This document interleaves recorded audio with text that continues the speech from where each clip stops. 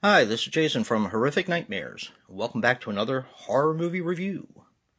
Today, we're going to be talking about Katie Bird, Certifiable Crazy Person. But before I get into my review, I wanted to take the time to thank Bayview Entertainment for sending me this copy to review for you guys. They have an awesome company. Their catalog is massive. I'm going to put the links to their Facebook channel, their YouTube channel, and their official website in the description box below. Definitely check them out.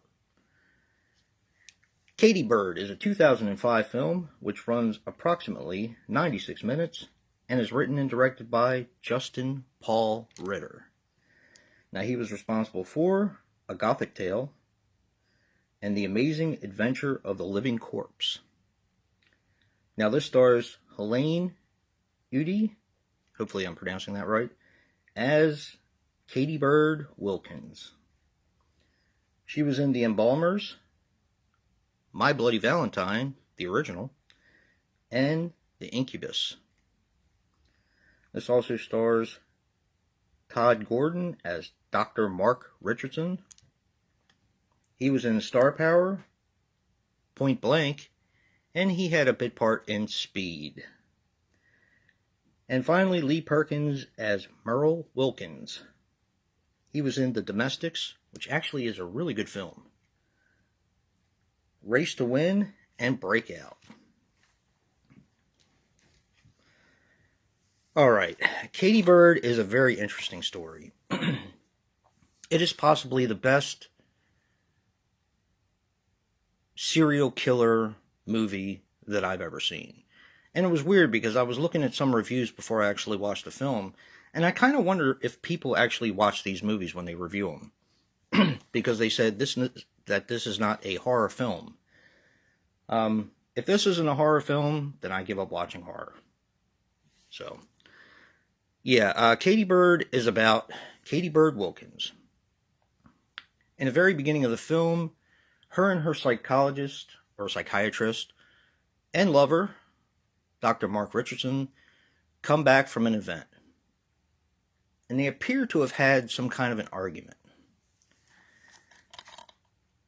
They engage in having some kind of rough sex, where afterwards, she chains him to the bed, both his arms and his legs. Now, apparently this is supposed to be her last session with this doctor. And she's going to explain to him in detail the first time she ever killed, who she killed, and how she did it. Is he going to be the next victim? You'll have to watch it and find out.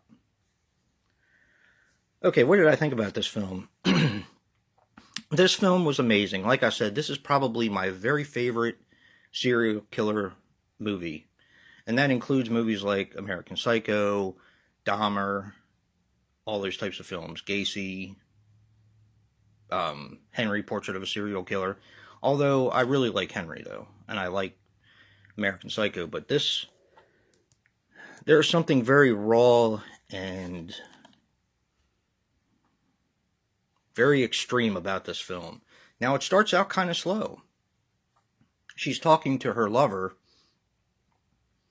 and she's explaining to him a little bit about her childhood and her father and how she comes to be a serial killer. And it's in pretty great detail, like I said before. As she's telling her story, she's basically doing whatever she wants to her psychiatrist and lover. Yeah. If rape triggers you, you may want to stay away from this one. If extreme horror triggers you, you may want to stay away from this one, because this gets pretty rough. But it's a fantastic movie. It's acted so well. This impressed me so much. I definitely recommend this. And the weird part about it is I had never heard of this film. And that's a shame, because this came out in 2005. Bayview decided to redistribute it in 2020. And where has this movie been all my life? This movie is fantastic, and I absolutely loved it. This is definitely a recommendation for people who like stories about serial killers. You're going to want to see this one. Definitely. And a big thank you again to Bayview for sending me this copy. And if you like what you see in here, hit that like button and subscribe. And until next time, peace.